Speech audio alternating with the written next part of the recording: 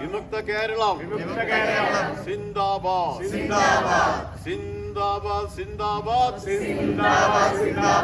തെരുവുനായ വിമുക്ത കേരളം സിന്ദാബാദ് സിന്ദാബാദ് സിന്ദാബാദ് തെരുവുനായ വിമുക്ത ഭാരതം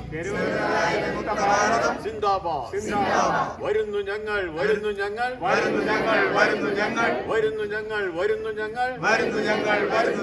തെരുവുനായ വിമുക്ത ഭാരതത്തിനായി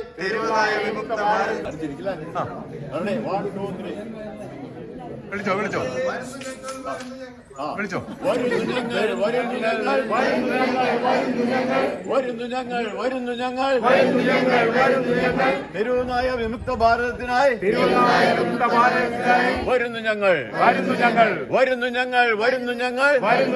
വരുന്നു ഞങ്ങൾ തെരുവുനായ വിമുക്ത കേരളത്തിനായി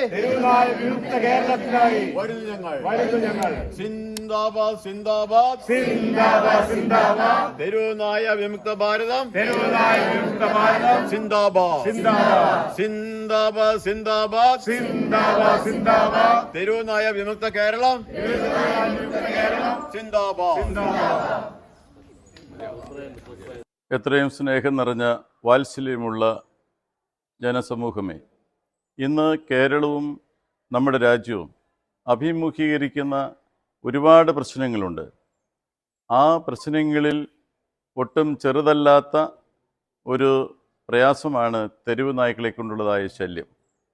വാസ്തവത്തിൽ എല്ലാ ജീവജാലങ്ങളെയും മനുഷ്യൻ സ്നേഹിക്കുന്നുണ്ട്. പട്ടികളെയും മറ്റ് മൃഗങ്ങളെയും പക്ഷികളെയും എല്ലാവരും സ്നേഹിക്കുന്നുണ്ട്. എന്നാൽ പട്ടി മൂലമുള്ള തെരുവ് നായകൾ മൂലമുള്ള ശല്യം അത് അസഹനീയമാണ്.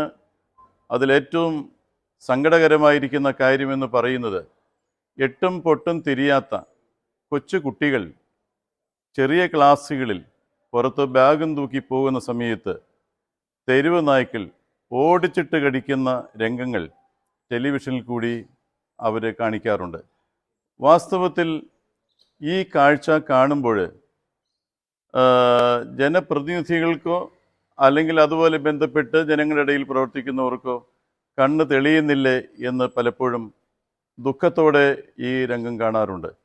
ഇതുമാത്രമല്ല, ഈ തെരുവ് നായ്ക്കളുടെ കടിയേറ്റ് മരുന്നില്ലാതെ കുട്ടികൾ പേവിഷബാധയേറ്റ് മരിക്കേണ്ടി വരുന്ന സാഹചര്യം അവനവന് വരുമ്പോൾ മാത്രമാണ് അതിൻ്റെ പ്രയാസവും ദുഃഖവും മനസ്സിലാകുകയുള്ളൂ. അന്യന് വരുമ്പോൾ ദൂരെ നിന്ന് കണ്ട് ഒരു സങ്കടം പറയാൻ മാത്രമേ കഴിയുന്നുള്ളൂ. അവനവന് വരുമ്പോൾ അവൻ ആത്മാർത്ഥമായി അതേക്കുറിച്ച് പ്രതികരിക്കും എന്നുള്ളതിന് യാതൊരു സംശയവുമില്ല. ആയതുകൊണ്ട് തന്നെ തെരുവ് നായ്ക്കളെ വഴിയിൽ പാർപ്പിടമാക്കി അവരെ വളർത്താമെന്ന് ആരും ധരിക്കാതെ അവരെ ആവശ്യമായ നിലയിൽ ഒന്നുകിൽ അവരെ ഷെൽട്ടറിൽ അടയ്ക്കണം, അല്ലെങ്കിൽ തെരുവ് നായ്ക്കളെ കൊന്നുകളയണം. ഏതെങ്കിലും ഒരു തീരുമാനം ഉത്തരവാദിത്തപ്പെട്ട അധികാരികൾ എടുത്ത് രാജ്യത്തിലെ ജനങ്ങൾക്കും അതുപോലെ തന്നെ കുട്ടികൾക്കും ആവശ്യമായ സംരക്ഷണം, തെരുവ് നായ്കളിൽ നിന്നുള്ളതായ സംരക്ഷണം ഒരുക്കേണ്ടത് രാജ്യത്തിൻ്റെ ആവശ്യമാണ്. കുറച്ച് വർഷങ്ങൾക്ക് മുമ്പ് പഞ്ചായത്ത് തലത്തിൽ തെരുവ് നായ്ക്കളെ അലഞ്ഞു തിരിഞ്ഞ് നടക്കുന്ന തെരുവ് നായ്ക്കളെ കൊന്നുകളഞ്ഞിരുന്നു എന്നുള്ളത് ആരും മറന്നുപോകരുത്. ഇന്നത്തെ ഈ സാഹചര്യത്തിൽ കാറുകൾ ഉള്ള ആളുകൾക്ക് അതിൻ്റെ ദുരാവസ്ഥ അറിയില്ല. സൈക്കിളിലോ സ്കൂട്ടറുകളിലോ നടന്നോ പോകുന്ന ആളുകൾ ഇതിൻ്റെ പ്രഹരങ്ങളേറ്റ് കടിയേറ്റ് മരണപ്പെടുന്ന ആളുകളുടെ എണ്ണം വർദ്ധിച്ചു വരുന്ന ഈ കാലയളവിൽ തീർച്ചയായും നമ്മുടെ രാജ്യം, ജനങ്ങൾ ഇതിനെതിരെ പ്രതികരിക്കേണ്ട കാലം കഴിഞ്ഞു. നിയമാവലികൾ രൂപപ്പെടുത്തുന്ന ബഹുമാനപ്പെട്ട കോടതികളിൽ തന്നെ ഇപ്പോൾ സുപ്രീം കോടതിയിൽ നിന്ന് വിധിയുണ്ടായിട്ടുണ്ട്. ആ വിധി എന്തുകൊണ്ട് നടപ്പാക്കാൻ കഴിയില്ല എന്ന് ചില മന്ത്രിമാർ പറയുന്നു. നടപ്പാക്കാൻ കഴിയാൻ ബുദ്ധിമുട്ടാണ് ചില മന്ത്രിമാർ പറഞ്ഞതായിട്ട് ഞാൻ കേൾക്കാനിടയായി. വാസ്തവത്തിൽ അതല്ല അതിന് ഉത്തരം. തെരുവ് നായ്ക്കളെ പ്രാദേശിക തലത്തിൽ നേതൃത്വം ഇടപെട്ട് അതിനെ ഈ നമ്മുടെ നാട്ടിൽ നിന്ന് ഒഴിവാക്കണം. അതാണ് ആവശ്യമായിരിക്കുന്നത്. അതുവഴിയായിട്ട് നമ്മുടെ കുട്ടികൾ, സമൂഹം തെരുവ് നായ്ക്ക ശല്യത്തിൽ നിന്ന് രക്ഷ കൊടുക്കേണ്ടത് രാജ്യത്തിലെ മുഴുവൻ ആളുകളുടെയും ഉത്തരവാദിത്വമാണ്. അതിന് ശ്രദ്ധിക്കണമെന്ന് എല്ലാവരോടും ആവശ്യപ്പെട്ടുകൊണ്ട് ഇന്ന് അവാർഡ് ജേതാവായി എത്തിയിരിക്കുന്ന തെരുവ് നായ്ക്കൾക്കെതിരെ ശബ്ദമുയർത്തുന്ന അദ്ദേഹം പറഞ്ഞത് കടിക്കുന്ന നായ എന്ന്. കടിക്കുന്ന നായ തെരുവ് നായ്ക്കളെല്ലാം കടിക്കും, വിശപ്പേറിയാൽ മനുഷ്യനെ ഉപദ്രവിക്കും.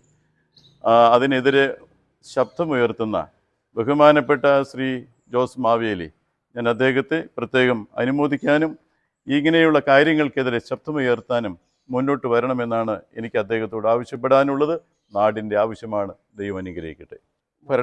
ഭരണാധികാരികൾ പറഞ്ഞില്ല എന്ന് മാത്രമല്ല, തെരുവ് നായ്ക്കളെ മുഴുവനായിട്ട് ഒഴിവാക്കാൻ ബുദ്ധിമുട്ടുണ്ട് എന്ന് ചിലർ പറയുന്നത് മാധ്യമങ്ങളിൽ കൂടി ഞാൻ നേരിട്ട് കേട്ടതാണ്.